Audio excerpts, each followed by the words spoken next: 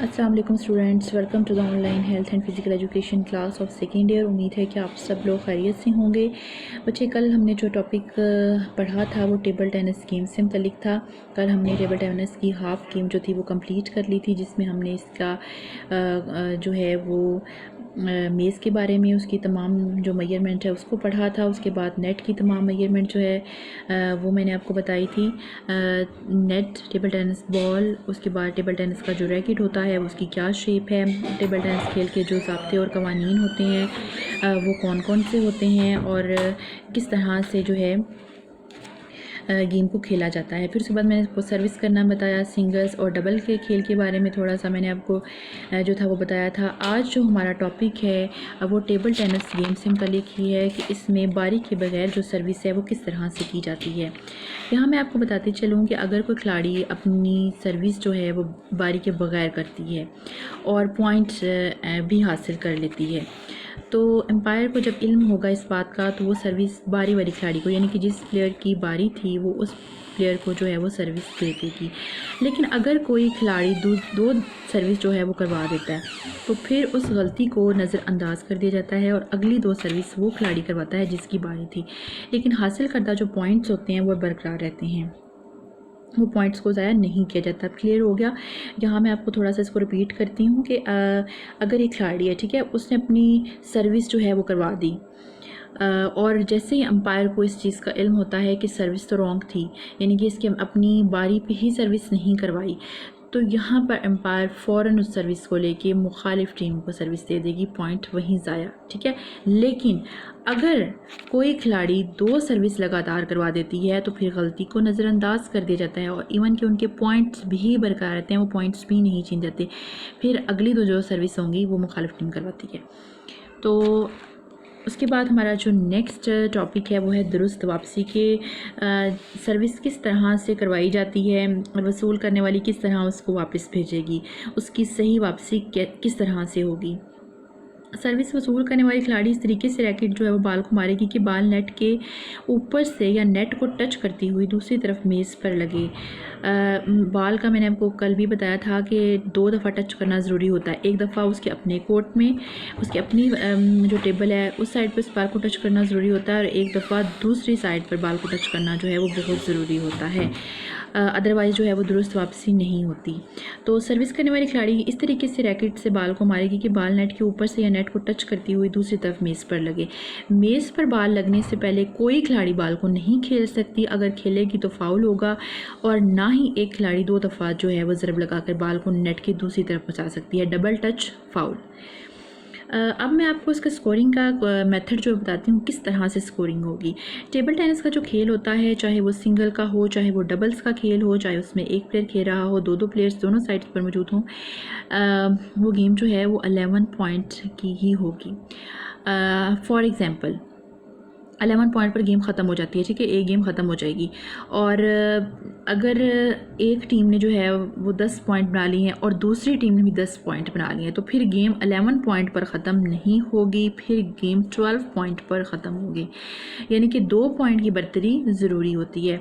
इसके साथ साथ अगर दोनों टीम्स ने 11 पॉइंट्स बना लिए हैं तो फिर 13 पॉइंट्स पर गेम कंप्लीट होगी। अगर 11 पॉइंट्स बराबर हो जाएं तो फिर 13 पॉइंट्स पर गेम ख़त्म होगी। मैंने आपको बता दी, यानी 2 पॉइंट्स का फ़र्क जो है वो लाज़मी होगा। जीतने वाली टीम का 2 पॉइंट का फ़र्क जो है वो होगा, तभी जो है वो एक गेम मुकम्मल होगी। अब मैं आपको बताती हूँ कि टेबल टेनिस में जो सेट लगाए जाते हैं, जो गेम्स होती हैं, वो टोटल कितनी होती हैं।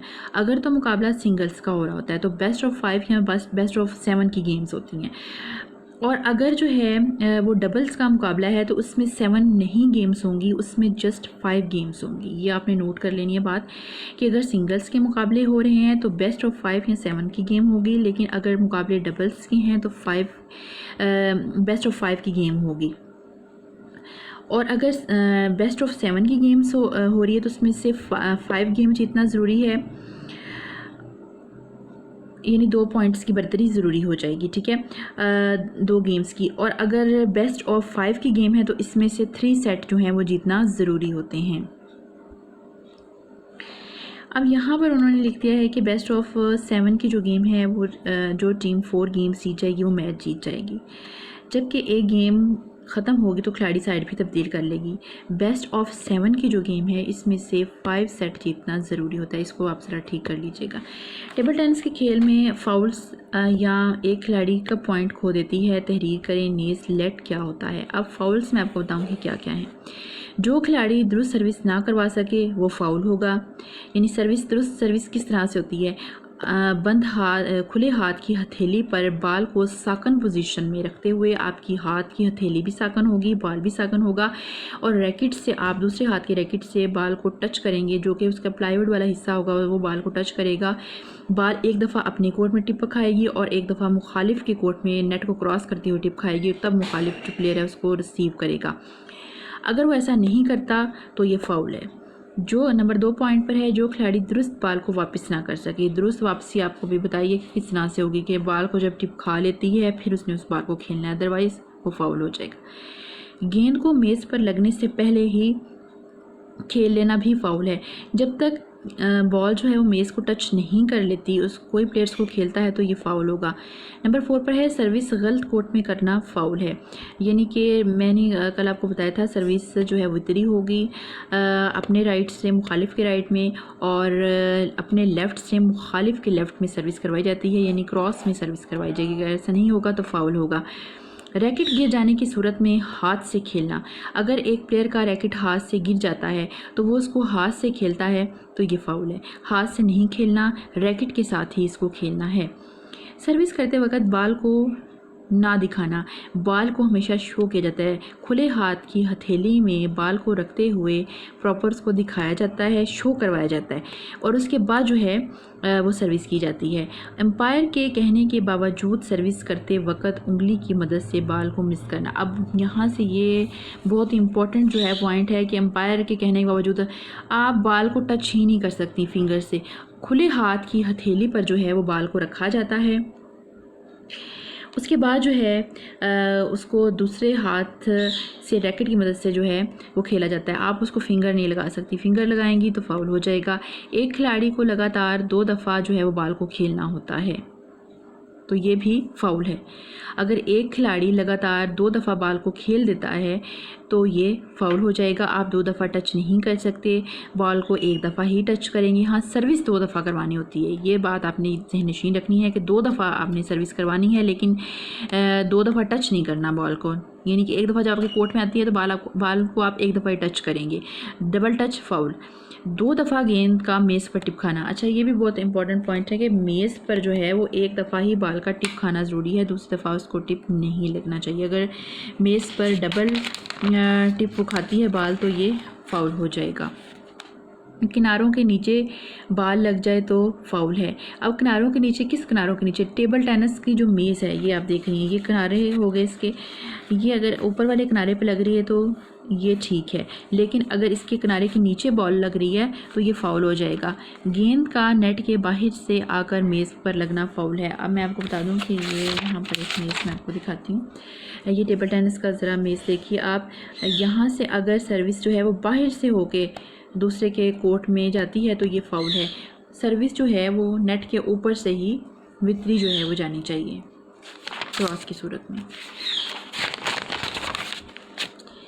अब आपने पढ़ना लेट। बैडमिंटन में भी आपको जो है वो लेट के बारे में बताया गया था कि लेट से क्या मुराद है। लेट से मुराद पॉइंट्स का दोबारा खेलना होता है। लेट से मुराद किसी गलती पर रैली को रोक देना और पॉइंट्स को आगे ना बढ़ाना, बल्कि इन्हीं पॉइंट्स पर खेल को दोबारा शुरू करना मदज़ैल सूरतों में लेट पुकारा जाता है। नंबर 1, सर्विस की हुई गेंद नेट को टच करती हुई दूसरी तरफ मेज़ पर लगे तो यह सर्विस लेट होगी।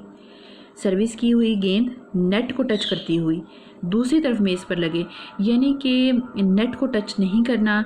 अगर सर्विस की हुई बॉल जो है वो नेट को टच कर जाती है तो ये लेट पुकारा जाएगा, यानी वो सर्विस दोबारा होगी।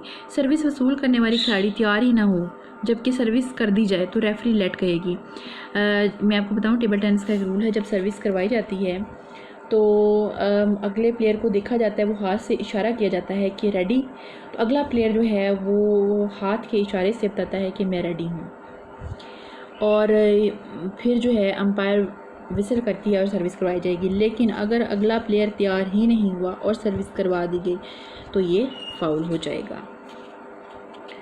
अब नंबर 3 वाला पॉइंट देखें, अगर खेल के दौरान गेंद टूट जाए तो अंपायर लेट करार दे दी। अगर खेल हो रहा है, रैली जारी है, रैली से क्या मुराद है? रैली से मुराद है कि नेट के आर पार जाने का अमल किसका? बॉल का नेट के आर पार जाने का अमल जो है वो रैली कहलाता है।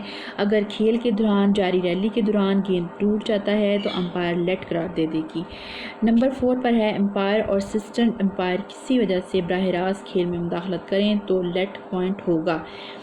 मतलब कि अगर एम्पायर जो है बिला वजह या किसी वजह से जो है वो खेल में मुदाखलत कर रहा है तो लेट पुकारा जाएगा, यानी कि वो पॉइंट दोबारा खेला जाएगा। सर्विस करते वक्त तमाशाई मुदाखलत करें या बिजली वगैरह बंद हो जाए, अगर बाहर बैठे तमाशाई शोर करने लग जाते हैं, प्लेयर को कंफ्यूज कर देते हैं, तो वो वाला जो पॉइंट होगा वो लेट बन जाएगा। उस सर्विस को, उस पॉइंट को दोबारा किया जाएगा।